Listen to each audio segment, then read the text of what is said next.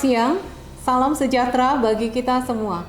Perkenalkan, nama saya Evidora Sembiring SEMAK. Saya salah satu dosen di Fakultas Ekonomi dan Bisnis, Program Studi Akuntansi Universitas Bina Bangsa Serang, Banten. Bidang ilmu saya yaitu spesialisasi akuntansi sektor publik dan akuntansi manajemen. Pada kesempatan kali ini, saya akan menjelaskan teknik pembelajaran yang saya lakukan dengan menggunakan metode DIA, yaitu Delivery, Interaction, dan Assessment pada salah satu mata kuliah yang saya ampu, yaitu akuntansi sektor publik. Mata kuliah akuntansi sektor publik merupakan salah satu mata kuliah pada semester ganjil pada program akuntansi strata 1 dengan bobot 3 SKS. Adapun total pertemuan pada mata kuliah ini selama satu semester sebanyak 16 kali, termasuk UTS dan UAS. Sebelum melanjutkan, saya akan lebih dulu menjabarkan deskripsi mata kuliah akuntansi sektor publik. Akuntansi sektor publik merupakan cabang akuntansi yang berfokus pada proses pencatatan, analisis, dan pelaporan keuangan dalam organisasi sektor publik. Sektor publik mencakup entitas yang dimiliki atau yang dikendalikan oleh pemerintah seperti kementerian, lembaga negara, rumah sakit, sekolah negeri, dan organisasi nirlaba lainnya. Tujuan utama dari akuntansi sektor publik adalah untuk memastikan transparansi, akuntabilitas, dan efisiensi dalam pengelolaan keuangan publik, serta memberikan informasi yang relevan untuk pengambilan keputusan dan pertanggungjawaban. Adapun capaian lulusan pada mata kuliah akuntansi sektor publik adalah yang pertama, bekerja sama dan memiliki kepekaan sosial serta kepedulian terhadap masyarakat dan lingkungannya. Yang kedua, menguasai konsep teoritis, metode dan perangkat analisis, fungsi manajemen yang berupa perencanaan, pelaksanaan, pengarahan, pemantauan, evaluasi dan pengendalian, dan fungsi organisasi seperti pemasaran, sumber daya manusia, operasi, keuangan pada berbagai jenis organisasi. Kemudian yang ketiga, menerapkan pemikiran logis, kritis, sistematis, dan inovatif dalam konteks pengembangan atau implementasi ilmu, pengetahuan, dan teknologi pada bidang keahliannya. Yang keempat, mampu menunjukkan kinerja mandiri, bermutu, dan terukur. Yang kelima, mampu bertanggung jawab atas pencapaian hasil kerja kelompok dan melakukan supervisi dan evaluasi terhadap penyelesaian pekerjaan yang ditugaskan kepada pekerja yang berada di bawah tanggung jawabnya. Yang keenam, mampu secara mandiri menyusun dan menganalisis laporan akuntansi manajemen meliputi perencanaan penganggaran, manajemen biaya, pengendalian kualitas, pengukuran kinerja, dan benchmarking yang relevan dan andal dalam mendukung pengambilan keputusan dan pengendalian manajemen dengan menerapkan teknik-teknik akuntansi manajemen. Kemudian yang ketujuh, mampu secara mandiri mendesain proses bisnis dalam suatu sistem informasi akuntansi yang mendukung penyediaan informasi berbasis teknologi informasi untuk mendukung pengendalian manajemen dan pengambilan keputusan organisasi dengan menggunakan pendekatan siklus pengembangan sistem atau System Development Life Cycle atau SDLC. Adapun capaian pembelajaran mata kuliah atau CPMK diharapkan dengan mengikuti mata kuliah akuntansi sektor publik, mahasiswa mampu yang pertama itu memahami tentang kerangka konseptual dan standar akuntansi pemerintahan yang ada di Indonesia. Yang kedua, memahami dan menerapkan praktek akuntansi sebagai suatu aktivitas penyedia informasi yang berguna untuk pembuatan perencanaan, pengendalian, penilaian prestasi, pengambilan keputusan-keputusan operasional, investasi dan pendanaan oleh pihak intern dan manajemen untuk organisasi sektor publik. Yang ketiga, memahami dan menerapkan bagaimana pelaporan keuangan kepada pihak eksternal organisasi sektor publik. Yang keempat, memahami konsep pengauditan sektor publik. Dengan demikian diharapkan mahasiswa dapat mengerti dan memahami pencapaian yang bisa didapatkan selama mengikuti perkuliahan ini. Untuk mencapai semua itu, selama satu semester mahasiswa akan diberikan materi sebanyak 14 materi, yaitu pertama, karakteristik dan lingkungan akuntansi sektor publik. Yang kedua, regulasi keuangan sektor publik. Yang ketiga, kerangka konseptual sektor publik. Yang keempat, standar akuntansi sektor publik. Yang kelima, perencanaan sektor publik. Yang keenam, anggaran sektor publik. Yang ketujuh, jenis-jenis anggaran sektor publik. Yang kedelapan, analisa investasi sektor publik. Yang kesembilan, harga pelayanan sektor publik. Yang ke-10, tata kelola pemerintahan desa. Yang ke-11, laporan keuangan sektor publik. Ke-12, pengukuran kinerja sektor publik. 13, value for money audit. Yang ke-14, proses kinerja sektor publik. Selanjutnya saya akan menyampaikan metode pembelajaran yang saya lakukan, yaitu yang pertama, tentang teknik delivery. Saya menyampaikan mata kuliah berdasarkan buku referensi, yaitu antara lain buku Akuntansi Sektor Publik oleh Profesor Mardiasmo, buku Akuntansi Sektor Publik yang dikarang oleh Indra Bastian, buku Akuntansi Sektor Publik yang dikarang oleh Dedi Nordiawan, Ayuning Tias Herianti, kemudian buku Tata Kelola Pemerintahan Desa Menuju Desa Sejahtera dan Partisipatoris yang dikarang oleh Andi Amzah.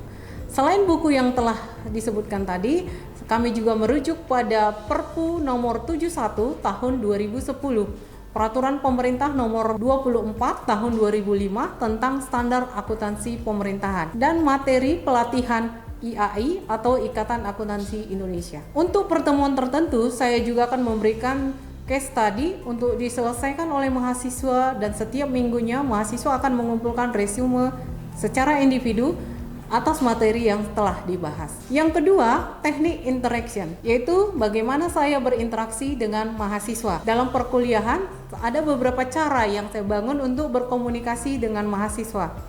Yang pertama itu berkomunikasi di dalam kelas.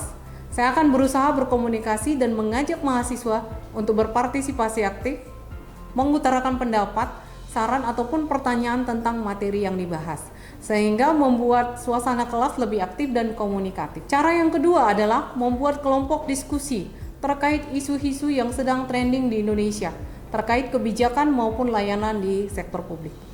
Kemudian yang ketiga, ada grup WhatsApp sebagai sarana berdiskusi di luar kelas, sehingga mahasiswa juga bisa memberikan saran atau pendapatnya serta pertanyaan di dalam grup. Teknik yang ketiga adalah teknik assessment, yaitu bagaimana menilai mahasiswa. Di awal perkuliahan, saya sudah menyampaikan kontrak perkuliahan yang sudah disampaikan bersama dengan mahasiswa.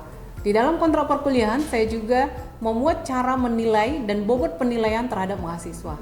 Berikut ini indikator penilaian pada mata kuliah akuntansi sektor publik. Yang pertama, kehadiran 10%. Yang kedua, diskusi, tugas dan keaktifan 25%.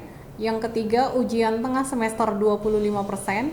Yang keempat, ujian akhir semester 40%. Berikut ini saya akan tampilkan cuplikan proses perkuliahan salah satu pertemuan mata kuliah akuntansi sektor publik di dalam kelas. Terima kasih. Selamat siang. Siang. Salam sejahtera bagi kita semua. Apa kabarnya? Alhamdulillah. Baik ya, semoga semuanya dalam keadaan sehat. Nah, pertemuan kita yang ketiga hari ini tentang kerangka konseptual akuntansi sektor publik. Nah, sebelum kita masuk ke topik yang ini, saya ingin tahu nih, siapa kira-kira yang ingat apa pembahasan topik kita minggu lalu? Coba, ada yang tahu? Ya, silakan, Neng. Topik minggu lalu itu tentang regulasi keuangan sektor publik. Regulasi berfungsi sebagai kerangka hukum dan kebijakan yang mengatur pengelolaan uang, sumber daya, dan pelayanan publik. Tujuan untuk memastikan akuntabilitas, transportasi, dan efisiensi dalam pengelolaan dana publik, serta untuk menjamin kebijakan yang diambil dapat memenuhi kebutuhan masyarakat dengan adil dan merata. Oke, nah itu topik kita minggu lalu tentang regulasi akuntansi sektor publik, tentang proses pengaturan, ya, aturan yang ditetapkan oleh pemerintah untuk kita jalankan di dalam kemasyarakatan. Setelah itu kita akan melanjut dengan topik yang baru, kerangka konseptual akuntansi sektor publik. Apa sih itu kerangka konseptual akuntansi sektor publik nih? Kita lihat sama-sama ya. Nah, yang pertama kita akan membahas tentang konsep dalam standar akuntansi pemerintahan. Kerangka konseptual itu memiliki peranan yang penting sebagai acuan dalam penyusunan laporan keuangan pemerintah. Laporan keuangan itu wajib disusun oleh entitas pelaporan. Apa itu entitas pelaporan? Entitas pelaporan adalah unit pemerintah yang terdiri atas satu atau lebih entitas akuntansi yang menyampaikan laporan pertanggungjawabannya ya berupa laporan keuangan kepada pemerintah pusat, pemerintah daerah, pemerintah yang ada di lembaga lingkungan pemerintahan pusat atau organisasi yang di bawah naungannya. Jadi semuanya itu terstruktur bagan aturan dan standarnya. Nah, kemudian kerangka konseptual itu sebagai acuan dalam pengembangan akuntansi sektor publik. Dalam sistem pemerintahan di Indonesia yang kita tahu itu ada birokrasi yang kita lalui setiap hari gitu ya. Ada sistem pemerintahan yang tegas. Nah, itu ada acuannya. Pertanyaannya, mengapa akuntansi sektor publik itu dibuat secara khusus? Pertama, alasannya karena ada perbedaan karakteristik antara sektor swasta dengan sektor publik. Karakteristik itu sering ditemui pada berbagai kerangka konseptual yang membahas lingkungan akuntansi sektor publik itu di pemerintahan otonomi, transfer pendapatan, pengaruh proses politik, serta hubungan antara pajak dan pelayanan masyarakat. Jadi acuannya itu sengaja dibuat supaya tatanan di pemerintahan itu bagus, gitu ya, rapi, tersistematis. Kita masuk ke suatu lembaga, itu kan ada aturannya, ada bagian-bagian yang sudah terkendali. Kemudian ciri utama lingkungan akuntansi pemerintahan, yaitu ciri dari pemerintahan itu tergantung dari pelayanan yang diberikan. Ya, semua lembaga pelayanan masyarakat itu dikontrol dari sistem layanannya. Kemudian ciri keuangan pemerintah yang penting bagi pengendalian. Secara struktur, ada bentuk umum pemerintahan dan pelayanan yang diberikan. Kemudian sistem pemerintahan yang otonomi dan transfer pendapatannya antar pemerintah. Yang ketiga, adanya pelayanan pengaruh proses politik. Yang keempat, ada hubungan antara pelayanan pajak dan pelayanan pemerintah. Pajak itu identik dengan pemerintah, karena salah satu sumber negara terbesar, penerima negara terbesar dalam negeri adalah dari pajak. Kemudian, karakteristik kerangka konseptual itu merupakan konsep dasar penyusunan pengembangan SAP yang menjadi acuan bagi KSAP. Ada aturannya ya, ada PP nomor 71 tahun 2010 pasal 1 ayat 5. Jadi kerangka konseptual itu berfungsi sebagai acuan dalam masalah akuntansi yang belum dinyatakan dalam SAP. Kemudian apa saja karakteristik kualitatif bagi laporan keuangan yang terekam dalam kerangka konseptual? Yang pertama, dia harus bentuknya relevan. Di laporan keuangan sektor publik itu bentuknya itu harus relevan. Dikatakan relevan apabila informasi di dalamnya itu bisa mempengaruhi keputusan. Ya, informasinya itu dikatakan menjadi umpan balik prediktif, tepat waktu dan lengkap. Kemudian dikatakan juga sebagai informasi yang andal. Berarti laporan keuangan itu bebas dari pengertian yang menyesatkan, gitu ya, dan kesalahan material. Memiliki karakteristik yang jujur. Laporan keuangan itu bisa kita lihat apa adanya, tidak dimodifikasi. Kemudian dapat dibandingkan. Jika diverifikasi kebenarannya, laporan keuangannya benar. Kemudian mudah dipahami. Siapapun yang membaca laporan keuangannya bisa mengerti gitu, gampang memahami. Kemudian ada lingkup kerangka konseptual akuntansi sektor publik. Ini lingkupan yang dibahas di akuntansi sektor publik. Ada pelaporan, audit, ada pertanggungjawaban, ada perencanaan, ada penganggaran, ada realisasi anggaran, ada pengadaan barang dan jasa. Dan ini semuanya sudah diset berdasarkan Perpu dan undang-undang di pemerintahan Indonesia. Kemudian kita membahas tentang akuntansi berbasis akrual. Ada beberapa pendapat gitu ya dari para ahli yang menyatakan bahwa akuntansi berbasis akrual itu merupakan sistem pencatatan penyajian transaksi ekonomi dan peristiwa lain dalam pelaporan keuangan pada saat terjadinya transaksi tersebut. Itu menurut Simanjuntak 2010. Kemudian menurut Mahmudi 2011. Bahwa berbasis akrual itu memiliki tujuan untuk biaya pelayanan, cost of service. Jadi semuanya bentuk layanan kepada masyarakat. Kemudian menurut Ritonga, akuntansi berbasis akrual memiliki konsep pengakuan pendapatan dan pengakuan biaya. Nah, ini ada pendapat juga dari Profesor Mardiasmo tahun 2009 yang menyatakan berbasis akrual itu kalau di sektor publik dianggap lebih baik. Kenapa? Karena kasnya pada laporan keuangan itu disajikan lebih dipercaya, akurat, komprehensif gitu, dan catatannya itu biasanya lengkap. Jadi secara pengambilan keputusan dari sisi ekonomi, budaya, dan politik itu bisa dipakai. Apa rumusannya untuk basis akrual versi Profesor Mardiasmo tahun 2009? Kas itu sama dengan penerimaan kas dikurang pengeluaran kas. Untuk basis akrual, pendapatan atau income dikurang biaya-biaya sama dengan rugi laba, surplus atau defisit. Kemudian yang ketiga, pendapatan atau income itu penerimaan kas selama satu periode akuntansi kurang saldo awal piutang tambah saldo akhir piutang. Yang keempat, biaya. Kas yang dibayarkan selama satu periode akuntansi kurang saldo awal utang ditambah saldo akhir utang. Nah, ini rumus ini mirip sama akuntansi di sektor swasta.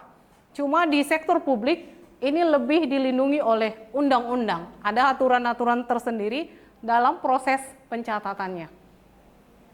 Kemudian ada penerapan adopsi akuntansi akrual secara penuh, full adoption. Ya, standar akuntansi yang disusun itu mengacu pada International Public Sector Accounting Standard.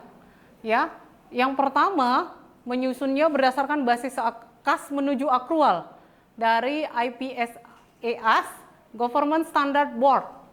Ya, yang disesuaikan menjadi akrual untuk dapat diterima umum. Kemudian penerapan SAP berbasis akrual yang perlu dipahami lebih lanjut untuk resistensi dan para pengguna SAP.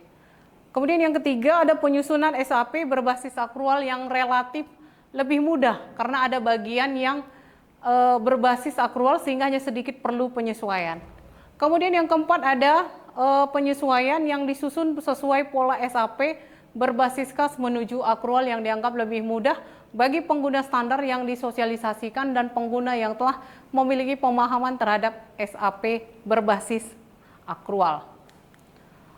Nah, ada juga dilematikanya, ya. Dalam sistem pemerintahan itu ada kendala yang dihadapi. Pemerintah yang sedemikian tersistematis mempunyai problem juga ternyata. Apa sih masalahnya? Yang pertama, sistem akuntansi dan IT based system. Ya, Indonesia itu masih kekurangan sistem yang berbau teknologi, yang mempermudah atau memangkas birokrasi. Kita tahu ya kalau ke lembaga pemerintahan itu sering birokrasi yang panjang, ya berbelit-belit. Nah, kalau kita pakai sistem yang berbau IT, teknologi, itu sistem sebagian besar bisa dipangkas. Dengan pemangkasan sistem berarti bisa memangkas anggaran, lebih hemat anggaran. Kemudian kendala yang kedua, komitmen dari pimpinan atas, top. Ya, pimpinan atasnya itu kadang komitmennya kurang disosialisasikan sampai ke bawah. Jadi kinerjanya belum terorganisir. Yang ketiga, belum tersedianya SDM yang kompeten, masih kurang menguasai bidangnya. Jadi kurang sesuai dengan kebutuhan yang diharapkan pemerintah. Yang keempat itu resistensi terhadap perubahan. Nah, ini yang paling fatal. Kenapa? Setiap orang yang tidak mau berubah berarti tidak mau mengalami kemajuan. Jadi cenderung abstain gitu ya, menikmati kondisi nyamannya saja. Tidak mau ada perubahan supaya tetap nyaman dan tetap terkondisi. Nah, ini kelebihan dan kelemahan basis akrual dan basis kas. Kelebihannya, kalau basis akrual itu untuk pengukuran aset, kewajiban, dana. Kemudian untuk bebannya itu diakui sebagai transaksi yang menjadikan informasi yang lebih andal dan terpercaya. Kemudian yang ketiga, pendapatan diakui pada saat diterimanya kas. Jadi kalau sudah uangnya dipegang, baru diakui. Beda kalau di akrual itu dia langsung dicatatkan, walaupun kasnya belum diterima. Kelemahannya, kalau berbasis akrual itu hanya untuk pencatatan secara kasnya. Kemudian akan dicatat sebagai efektif, sebagai biaya untuk mengurangi pendapatan perusahaan. Kemudian resiko pendapatan yang tidak tertagih sehingga dapat mengurangi pendapatan perusahaan. Berbeda dengan berbasis kas. Kas itu tidak mencerminkan besarnya kas yang tersedia. Kemudian menurunkan pendapatan bank karena adanya pengakuan pendapatan sampai diterimanya uang kas. Adanya penghapusan piutang secara langsung dan tidak mengenal yang namanya estimasi piutang tidak tertagih. Kalau di sistem swasta kita ada estimasi piutang tidak tertagih. Kemungkinan tagihan kita itu jong gitu ya, tidak dapat dibayarkan oleh customer kita. Ada estimasinya. Semua yang tadi sudah kita bahas itu diimplementasikan secara karakteristik kualitatif kembali ke audit sektor publiknya, pertanggungjawabannya, perencanaannya, penganggarannya, realisasinya, pengadaan barang dan jasa, dan kembali ke pelaporan sektor publik. Dia bentuknya siklus, cycle ya, kembali berputar. Nah, ini adalah referensi buku yang kita pakai untuk kerangka konseptual sektor publik. Sampai di sini hasil penjelasan saya. Kira-kira dari penjabaran saya ada yang mau bertanya atau ada yang mau ditanyakan? Saya persilahkan. Ya, silakan. Apa dampaknya jika tidak adanya kerangka konseptual yang jelas terhadap laporan keuangan entitas sektor publik? Oke, apa dampaknya jika tidak ada kerangka konseptual yang jelas? Nah, kebayang ya, kalau kita ada aturan yang tidak jelas, kita bingung pastinya ya. Berarti kita akan menjadi kehilangan kendali. Sistem pemangku kepentingan di pemerintahan akan tidak konsisten menjalankan pemerintahan. Kenapa? Karena tidak ada kerangka yang jelas. Jadi aturan dalam bidang pemerintahan itu harus aturan yang jelas supaya tidak ambigu, tidak membingungkan. Anda juga kalau di perkuliahan senang dengan aturan yang jelas gitu ya. Ada jadwal perkuliahan yang jelas supaya tidak membingungkan. Jika tidak ada kerangka konseptual yang jelas, berarti dampaknya membuat sistem yang lain jadi tidak terkendali. Begitu ya, Ujang ya. Oke, ada lagi yang mau ditanya? Ya, silakan Neng. Bagaimana pengaruh kerangka konseptual terhadap penyusunan standar akuntansi sektor publik SAP? Oke, bagaimana pengaruh kerangka konseptual terhadap penyusunan standar akuntansi konseptualnya seperti apa? Nah, pengaruhnya jika konseptualnya jelas berarti menjadi acuan bagi pemangku kepentingan untuk menyusun standar akuntansinya. Jadi semakin baik kerangka konseptualnya berarti acuan yang ditetapkan semakin jelas. Gitu ya. Jadi kerangka konseptual itu membuat suatu sistem itu terbentuk seperti sistematis, merangkum semuanya menjadi satu bagian sehingga berproses dan saling terkait untuk membentuk sesuatu yang menjadi lebih baik. Begitu ya kira-kira. Oke, saya kira cukup pembahasan dan sesi diskusi kita. Di sini saya ada tampilkan tugas kita ya tentang karakteristik akuntansi sektor publik. Nanti silahkan dibuat dalam bentuk esai ya. Kemudian maksimal itu 10 halaman. Di sini ada petunjuknya. Kemudian ada penilaian kualitas analisisnya dalam kedalaman pemahaman, keterkaitan dengan studi kasus, relevansi rekomendasinya. Nanti tugas ini dikumpulkan minggu depan di link yang sudah saya siapkan sebelum perkuliahan dimulai. Oke, saya rasa cukup pertemuan kita hari ini. Sampai ketemu minggu depan. Selamat siang.